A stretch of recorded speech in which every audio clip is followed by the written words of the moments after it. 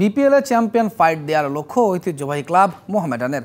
পুরনোদের প্রাধান্য দিয়েই ঘর গোছাচ্ছে ক্লাবটি। এরই মধ্যে নিশ্চিত করে ফেলেছে 4 বিদেশি ফুটবলারও। তাই দল ছেড়ে 4 ফুটবলার আবাহনীতে যাওয়ায় বিচলিত নয় ক্লাবটি। এবারে আসরে কুমিল্লাকে হোম ভেন্যু করতে চায় সাদা কালোরা।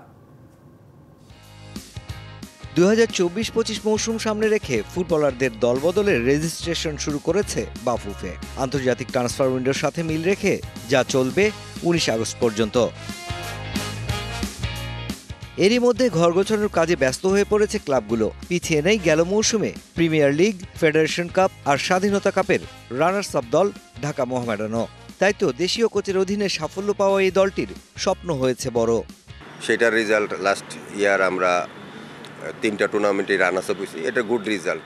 চ্যাম্পিয়নের চিন্তা ভাবনা করে আমরা আস্তে আস্তে আগাচ্ছি, বাট আমরা একবারে বলতেছি না আমরা চ্যাম্পিয়ন হয়ে যাব।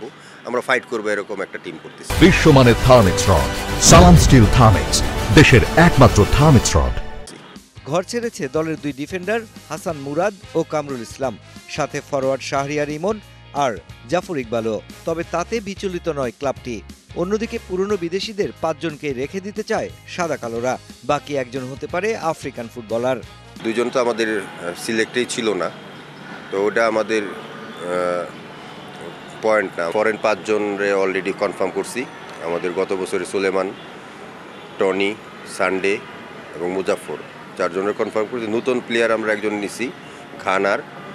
চলমান অনূর্ধ্ব 18 লিগের দল থেকেও 2-4 জনকে মূল দলে নেওয়া হতে পারে বলে জানিয়েছেন মোহামেডান ম্যানেজার। আমরা চেষ্টা করতেছি কুমিল্লার ভেন্যুটা ফিরে পাওয়ার জন্য। যদি কুমিল্লা ভেন্যু দেয়, আমরা কুমিল্লা ভেন্যু নিব। Mushfiqur Rahman, DBC news, Dhaka.